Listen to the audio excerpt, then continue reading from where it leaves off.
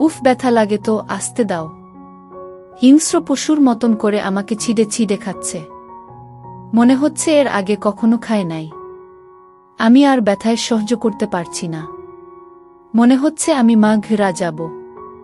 প্রচুর পরিমাণে ব্লাড ভাঙতেছে। তবুও সে থামতেছে না। তার মতন সে করে যাচ্ছে। আসেন এবার আমি পরিচয় দেই, আমার নাম নীলা। আমি এবার এসএসসি পরীক্ষার্থী। আমাকে যে ছিঁড়ে ছিঁড়ে খাচ্ছে সে আমার বয়ফ্রেন্ড। সে আমাকে অনেকবার রিকোয়েস্ট করছে, কিন্তু আমি কোনো প্রকার রাজি হই নাই। আমাদের সম্পর্ক 1 বছর চলে। আমার বয়ফ্রেন্ডের নাম আরিয়ান। আমরা একই ক্লাসে পড়ি। দুজন দুজনকে অনেক ভালোবাসি। মনে হয় একজন একজনকে ছাড়া একটা মুহূর্ত থাকতে পারি না। 14 ফেব্রুয়ারি যখন আসবে তার আগে আমাকে বলে আমরা দুজনেই ঘুরতে যাব। আরিয়ান আমাকে বলে যে তার একটা ফ্রেন্ডের বাসা নাকি খালি আছে। বলে পার্কে গেলে হয়তোবা অনেক লোকজন থাকবে, মানুষের ভিড়ে তোমার সাথে শান্তিভাবে কথা বলতে পারবো না।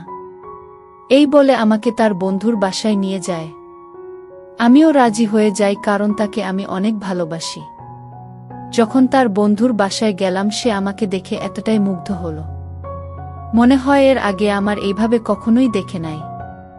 আমিও মুচকি হেসে বললাম, তুমি আমার এভাবে কি দেখছো? আরিয়ান বলে, তুমি যে এত সুন্দর কখনোই ফলো করি নাই। আমার বয়ফ্রেন্ডের মনে এমন খারাপ উদ্দেশ্য আমি আগে জানতে পারতাম, তাহলে কখনোই আমি আসতাম না।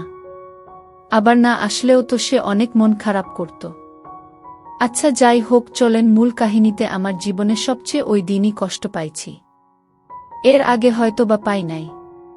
আরিয়ান আমার ফার্স্ট প্রেম ছিল এবং ওই দিনটাই আমার ফার্স্ট ডেট ছিল। তারপরে যখন তার শারীরিক চাহিদা শেষ হয়ে যায় আমাকে বলে, নীলা তুমি দ্রুত রেডি হও, তোমার বাসায় দিয়ে আসব। আমার এত পরিমাণ ব্যথা হয়েছে, আমি হাঁটতে পারছি না, অনেক কষ্ট হচ্ছে। তারপরে বাসায় দিয়ে আসে। প্রথমেই ওয়াশরুমে যাই, সবকিছু ধুয়ে গোসল করে ফেলি, কিন্তু ওয়াশরুমে যেয়ে প্রচুর কান্না করি। কি করলাম আজকে, অনেক ভাবতে লাগলাম। এরপর মাস খানিক পরে আমার বমি বমি ভাব হয়। আমি কিছুই বুঝতে পারছি না। এরপরে আমার এক বান্ধবীকে কল করি, ও আমাকে বলে একটা প্রেগন্যান্সি টেস্ট নিয়ে আই। যার কথা বললাম ও আমার সবচেয়ে কাছের বান্ধবী মিতু। অনেক লজ্জা করছিল ক্লিনিক থেকে ওইটা আনতে, কিন্তু কি করব, তবু তো আনতে হবে। আনলাম বাসায়। এরপর চেক করলাম। চেক করার পরে আমি নিজেই স্তম্ভ হয়ে গিয়েছি। এটা আমি কি দেখতেছি? আমি আবারও অনেক অনেক কান্না করলাম। আমি সমাজে এবং বাবা মাকে কিভাবে মুখ দেখাবো? তারপর আমার বয়ফ্রেন্ড আরিয়ানকে কল করলাম, ওকে সব খুলে বললাম। ও অনেক ভয় পেয়ে গেল, কিন্তু আরিয়ান বল, তুমি টেনশন করো না, যেহেতু তোমার গর্ভে বাচ্চা আসছে ওটা আমারই। ওই বাচ্চাকে আমি পিতৃ স্বীকৃতি দেব। নীলা অনেকটাই শান্ত হল। যদি আরিয়ান বলতো আমি কিছু জানি না, তাহলে আমার মুখিরা ছাড়া কোনো উপায় ছিল না। হঠাৎ করে আরিয়ান নীলার বাসার সামনে চলে আসে। নীলাকে কল দেয়।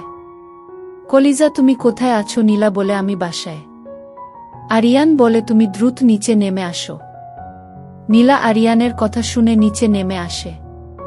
তারপর দুজনেই চলে যায় কাজে, অফিসে। নীলা বলে, তুমি কোথায় নিয়ে আসলে আমাকে? আরিয়ান বলে, এটা তোমার সারপ্রাইজ। আজকে তোমাকে বিয়ে করব, আমি চাই না আমার কলিজাটা কোনো পাপের বোঝা নিয়ে বয়ে বেড়াক। তারপরে দুইজন ইসলামের শরীয়ত মোতাবেককে বিয়ে করল। এরপর দুইজন দুইজনের বাসায় চলে গেল। এক পর্যায়ে তাদেরকে ফ্যামিলিকে জানালো তারা বিয়ে করছে। ফ্যামিলিকে সবকিছু খুলে বলে। সবাই আলহামদুলিল্লাহ এই বিয়ে মেনে নেয়। এখন তারা অনেক সুখের সংসার করে। অবশ্যই আরিয়ান এবং নীলার জন্য দোয়া করবেন, তারা যেন মৃত্যু আগ পর্যন্ত সুখের সংসার করে যেতে পারে। গল্পটি ভালো লাগলে চ্যানেলটি সাবস্ক্রাইব করে একটা লাইক দিয়ে ও একটা কমেন্ট করে পাশে থাকুন। ধন্যবাদ। বিয়ের প্রথম রাতে ঘরে ঢোকার সঙ্গে সঙ্গে আমার নববিবাহিতা স্ত্রী তিন্নি সরাসরি আমার চোখের দিকে চেয়ে বলল, আমি সৌভিককে ভালোবাসি। যে কোনো পুরুষ মানুষ এতে চমকে উঠবে, কিন্তু আমি চমকালাম না। কারণ পুরো ঘটনাটাই আমি জানি। আমি আস্তে ধীরে খাটের উপর এসে বসলাম। অসম্ভব সুন্দর লাগছে তিন্নিকে, যেন একটা জলপরি, কিন্তু তিন্নির মুখ চোখ একদম কঠোর হয়ে আছে। আপনি কি বুঝতে পেরেছেন আমি কি বলেছি? হ্যাঁ, বুঝেছি, আমি সংক্ষিপ্ত উত্তর দিলাম। আমি 1.5 বছর প্রায় পাগলের মতো ছিলাম। এই খবর কি আপনি জানেন? বিয়ের আগে আপনার সাথে আমাকে একা কথা বলতে দেয়া হয়নি, এমনকি ফোন নাম্বার পর্যন্ত পাইনি, যার কারণে কথাগুলো আপনাকে জানাতে পারিনি। এখন তো সুস্থ, তাহলে আর সমস্যা কি? তিন্নি খানিকটা কৌতূহলী চোখে আমার দিকে তাকিয়ে থাকল। এমনিতেই সারাদিন অনেক ধকল গেছে, তুমি বরং ফ্রেশ হয়ে শুয়ে পড়ো, আর রাত জাগতে হবে না। তিন্নি অপলক দৃষ্টিতে আমার দিকে তাকিয়ে আছে। আমি তার কৌতূহল বুঝতে পেরে বললাম, আমাদের জীবনে অনেক সময় পড়ে আছে, আস্তে ধীরে সব কথা জানা যাবে, শোনা যাবে, বোঝাও যাবে। এখন বরং ঘুমাও, তোমার ঘুম প্রয়োজন। কিছুক্ষণ পর ও ফ্রেশ হয়ে আমার পাশে এসে শুয়ে পড়ল। অল্প সময়ের মধ্যে বুঝতে পারলাম সে গভীর ঘুমে অচেতন। আমার ঘুম আসছে না, রাত গভীর হচ্ছে। মনে পড়ছে বছর 3 আগের কথা। সন্ধ্যা তখন প্রায় 7:30। আমরা 3-4 জন বন্ধু গাজীপুর থেকে ফিরছিলাম। হঠাৎ রং সাইড থেকে একটা বাইক প্রচণ্ড গতিতে এসে গাড়িতে ধাক্কা দেয়। গাড়ি চালাচ্ছিলাম আমি নিজে। ঘটনাটা এত দ্রুত ঘটে যায় যে আমি পুরোপুরি স্তব্ধ হয়ে গেলাম। বন্ধুরা সমানে বলে চলল দ্রুত পালিয়ে যেতে। ওদের কথা মতো আমি প্রায় 2-3 মিনিট পাগলের মতো গাড়ি চালিয়ে সামনে গেলাম, কিন্তু তারপর যেন বিবেক জাগ্রত হলো, আবার গাড়ি ঘুরিয়ে পেছনে এলাম। বন্ধুরা গালিগালাজ করতে লাগল, বিপদে ফেসে যাব, থানা পুলিশ হবে, হাবিজাবি আরও অনেক কিছু। শেষ পর্যন্ত আবার ওরাই সাহায্য করল। বাইকে একটি মেয়ে আরেকটি ছেলে ছিল। হ্যাঁ, ওই মেয়েটি তিন্নি। আমরা হাসপাতাল পর্যন্ত নিয়ে গেলাম, কিন্তু সত্যি বলতে কি আমি তখন অনেক ভয় পাচ্ছিলাম। কেউ কোনো কথা শুনবে না যে বাইকটি রং সাইডে ছিল এবং প্রচণ্ড গতিতে আমার গাড়িতে ধাক্কা দিয়েছে। আমি মোটেই ধাক্কা দেই না, তাই বন্ধুদের কথা অনুযায়ী হাসপাতাল গেটের সামনে কোনোমতে ফেলে চোরের মতো চলে এলাম। পরদিন সকালে বিক্ষুব্ধ মন নিয়ে খানিকটা লুকোচুরি করে হাসপাতালে গেলাম খবর নিতে। একাই গেলাম, আর কাউকেই সাথে নেইনি। প্রচণ্ড মন খারাপ হলো। ছেলেটি মারা গেছে, মেয়েটির অবস্থাও আশঙ্কাজনক, মাথায় প্রচণ্ড আঘাত পেয়েছে। আমার কিছু করার ছিল না। তারপর থেকে চুপচাপভাবে নিয়মিত খবর নিতাম। তিন্নি শারীরিকভাবে সুস্থ হয়ে গেলেও মানসিকভাবে পুরোপুরি বিপর্যস্ত হয়ে যায়। সৌভিকের মৃত্যু সে কোনোভাবেই মেনে নিতে পারেনি।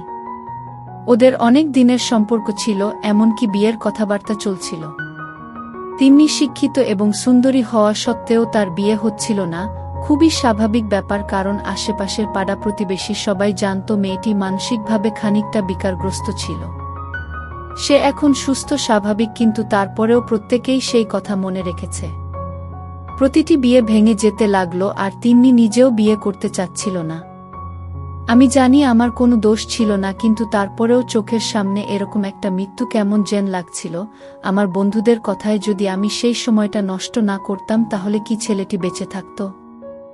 আসলে আমি ভীষণ ভয় পেয়ে গিয়েছিলাম। ভাবতে ভাবতে কখন ঘুমিয়ে পড়েছি মনে নেই।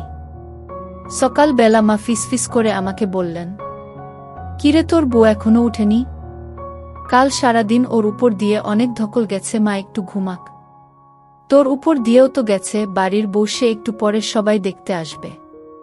মা কিছুটা ঝাঁঝের স্বরে বললেন, দেখতে আসলে বসাবে, চা নাস্তা খাওয়াবে।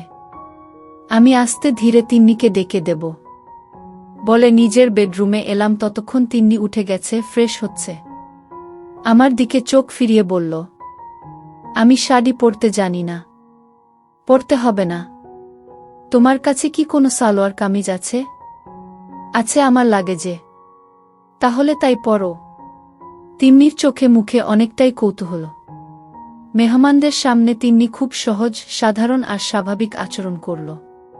যদিও মা আমাকে এক পাশে ডেকে নিয়ে বললেন, নতুন বউ গয়নাগাটি ছাড়া সালোয়ার কামিজ পরে বসে আছে, এটা কেমন কথা? যত মডার্ন মেয়ে হোক না কেন। আমি দূর থেকেই মাকে দেখালাম তিন্নি কেমন প্রাণোচ্ছলভাবে মেহমানদের সাথে কথা বলছে, এবং ওরাও কথা বলে খুব অসন্তুষ্ট বলে আমার মনে হলো না। মা শোনো, আমরা গ্রামের বাড়িতে থাকবই 1-2 দিন, তারপর তো চলেই যাব।